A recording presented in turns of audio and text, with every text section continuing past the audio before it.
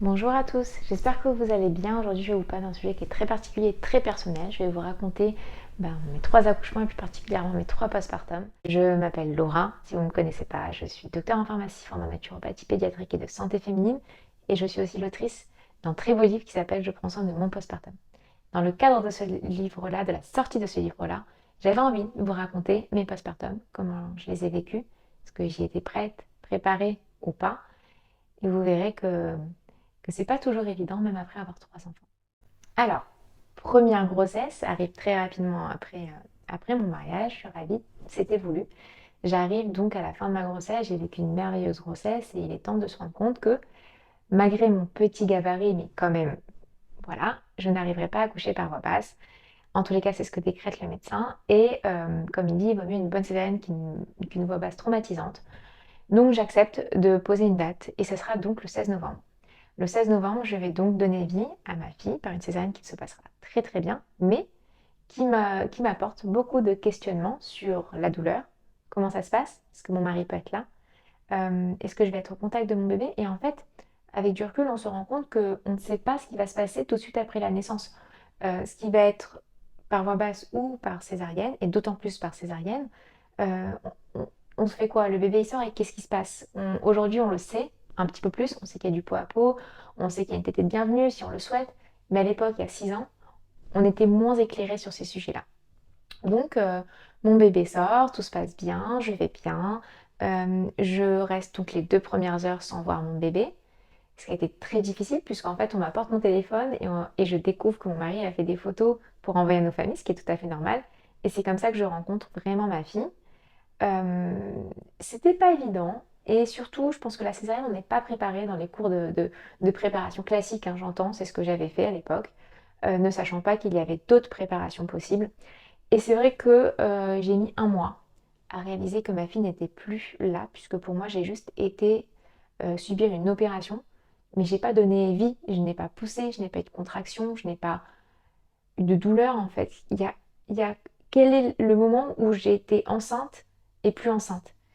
Ça a été difficile à accepter, comme ça a été difficile d'accepter que j'allais avoir toute ma vie cette cicatrice. J'étais pas prête. Bon, avec le temps, cette cicatrice s'estompe énormément. On la voyait plus au bout d'un an. Mais ça a été difficile. Alors voilà, ma fille est née, je passe quasiment une semaine à la maternité, extrêmement anémiée, j'ai dû être perfusée, les douleurs étaient assez intenses, je n'ai pas pu m'occuper de ma fille. Première couche changée, c'était à J5. Évidemment, les nuits, elle était prise, j'ai pas pu allaiter, allaitement raté. On commence quand même un premier postpartum un peu compliqué. Et puis, il vient le moment de rentrer à la maison.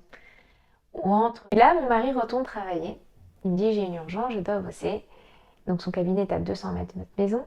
Et là, je me retrouve seule avec ma fille, qui pourtant, je pensais tellement la connaître, je pensais tellement savoir comment elle était. Et en fait, je me suis rendu compte que dès qu'il a claqué la porte, ma fille s'est mise à pleurer. Et là, le baby blues en plein. euh, et je me suis dit, ok, ma fille ne veut pas être avec moi, je suis une mauvaise mère, elle sent que je ne sais pas m'occuper d'elle. Alors ça, je me suis vite ressaisie parce que la seule chose pour laquelle j'étais prête, c'était ce fameux baby blues. Donc j'ai repris vite du poil de la bête. Par contre, c'est vrai que j'avais tout à apprendre. Elle avait des habitudes que je n'avais pas tout de suite cernées. Le besoin d'être collée contre un bord, être coucounée. Mais en fait, ça paraît évident quand je vous le dis, mais quand on devient mère pour la première fois, ça ne l'est pas tant que ça. Alors évidemment, le mois d'or, je ne connaissais pas. Se reposer, je ne savais pas. Les nuits étaient dures, mais j'ai eu la chance d'avoir un bébé extrêmement gentil, pas de problème de reflux, pas de problème de colique, le lait direct, le bon. Le manche d'or avait un bon poids, donc c'était facile. C'était même trompeur pour les autres bébés à venir.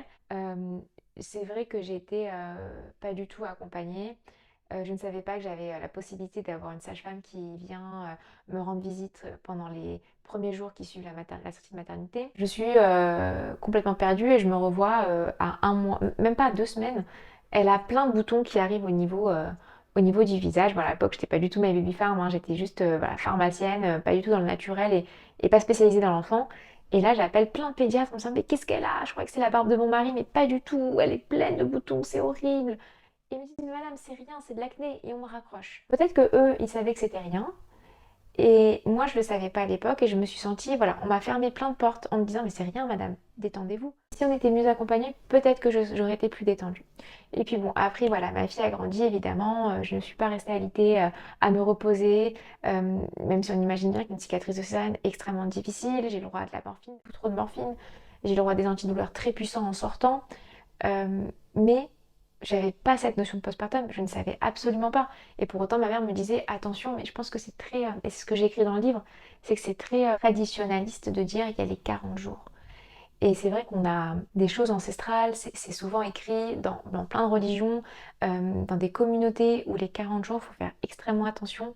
Imaginez-vous quand même que lorsque le placenta se décolle de la paroi utérine, c'est une énorme cicatrice, c'est la cause principale des saignements. Donc on la voit pas, mais elle est bien présente. Et personne ne m'a dit de me reposer, personne ne m'a dit euh, qu'il fallait absolument que moi aussi je récupère. Tout était focus sur le bébé, mais c'est ce que je voulais moi aussi, puisque c'est comme ça qu'on a été accompagnés. Au 1 an de ma fille aînée. Donc on m'avait bien précisé qu'il fallait attendre 1 an entre 2 césariennes. Je découvre cette magnifique nouvelle, puisque c'était quand même quelque chose de voulu, mais je ne m'attendais pas à ce que ça arrive aussi vite. J'apprends la grossesse de ma deuxième fille, Elia. C'est vrai que ça a été difficile parce qu'en fait, avec du recul, je me rends compte que j'étais encore dans mon premier postpartum, dans l'acceptation de cette césarienne, dans l'acceptation de cette nouvelle vie de maman où déjà j'essaie de m'organiser puisque maintenant quand on est maman, claquer la porte c'est plus possible. Quand il faut sortir, il faut penser à tout, il faut avoir un sac à langer qui soit prêt avec des couches, des lingettes, une tenue de rechange, de goûter. Est-ce qu'on a des doses de biberon? Est-ce qu'on a un biberon? Enfin, je vous apprends rien. Et c'est vrai que là je me suis dit ok, il était vraiment voulu puisque je voulais des enfants proches. Mais est-ce que moi j'étais réellement prête? Je ne sais pas.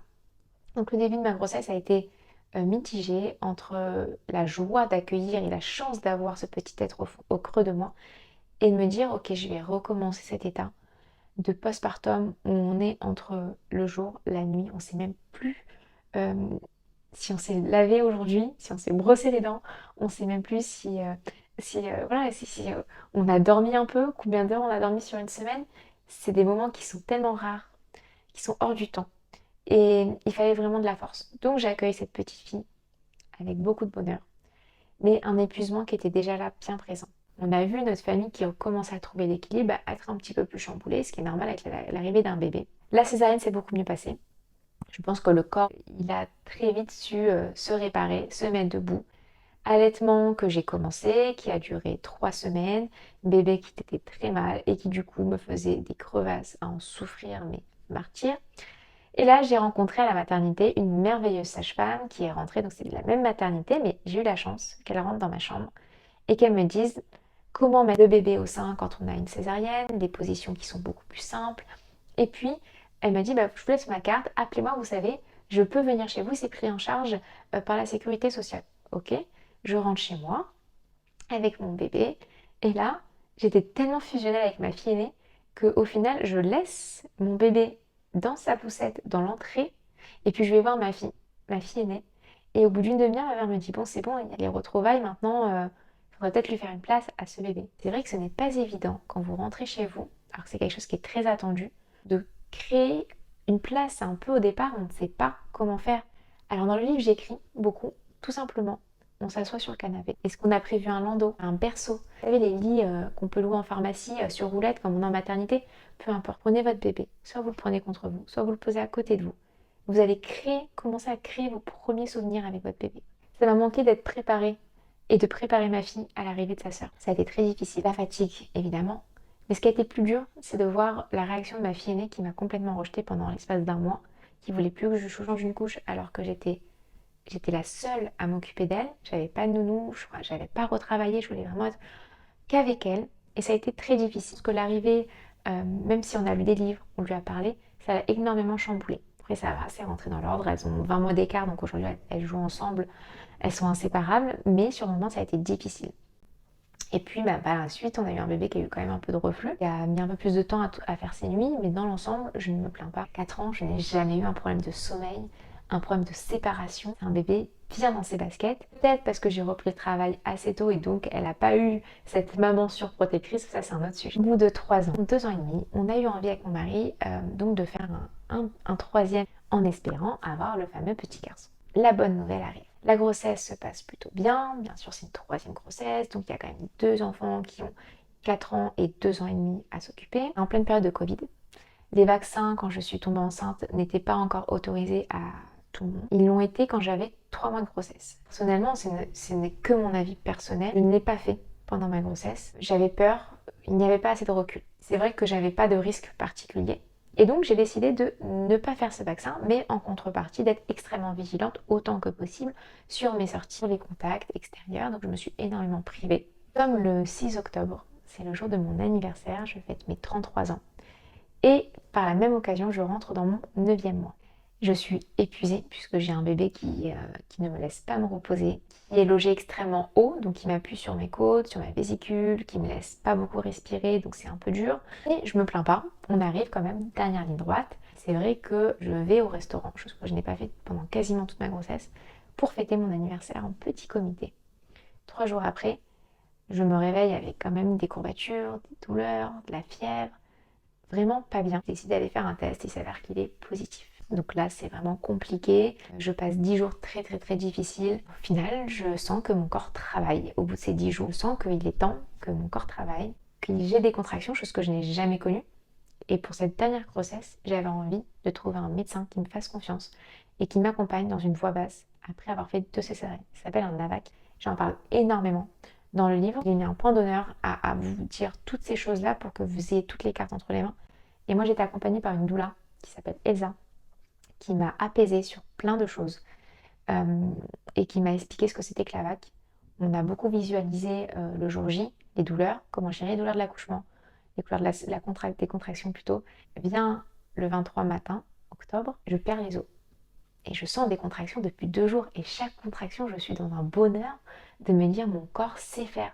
Mon corps travaille. Parce qu'il faut avoir conscience que quand on vous amène 2 fois des césariennes programmées, on a l'impression que votre corps ne sait pas faire puisqu'on ne l'a jamais laissé faire. C'est très particulier. Je me lance. J'arrive à la maternité. Je leur dis tout. Bonjour, j'ai eu le Covid. Je n'ai pas eu le temps de faire mon rendez-vous anesthésiste. J'ai mes dernières analyses. Je tente un AVAC après 2 césariennes. Mais j'ai du méconium dans mon liquide amniotique. Le méconium, c'est tout simplement les premières selles du bébé qui ne doivent pas être faites dans le liquide, vous imaginez bien, mais bien à l'extérieur. Il y a un risque pour le bébé et pour moi. Donc, tout de suite, je suis pris en charge, je suis pris en main par une sage-femme qui me fait un contrôle, qui me dit voilà, vous êtes dilaté à 1,5. Effectivement, la poche des os est bien percée. On regarde tout de suite le bébé parce qu'elle me dit oulala, la couleur est compliquée. Bref, je vous passe les détails. Tout va bien, le bébé va bien. On me laisse en travail parce qu'il y avait quand même de très belles contractions. Malgré ça, au bout de 4 heures, ça ne se dilatait pas. Pas assez vite. Et le bébé était dans une situation un peu compliquée. Donc j'ai décidé, avec l'accord du médecin, de passer en césarienne et j'étais en paix avec ça. Par contre, j'ai demandé à la sage-femme, parce que maintenant je savais que j'avais le droit de demander. J'avais préparé mon plan de naissance, mon projet naissance et mon plan de postpartum. Toutes ces choses-là, je vous en parle bien évidemment dans le livre. Et je savais que je voulais tout de suite après la naissance avoir le contact avec mon fils, ne pas attendre 2 heures. Je voulais avoir mon fils en peau à peau et la tétée de bienvenue.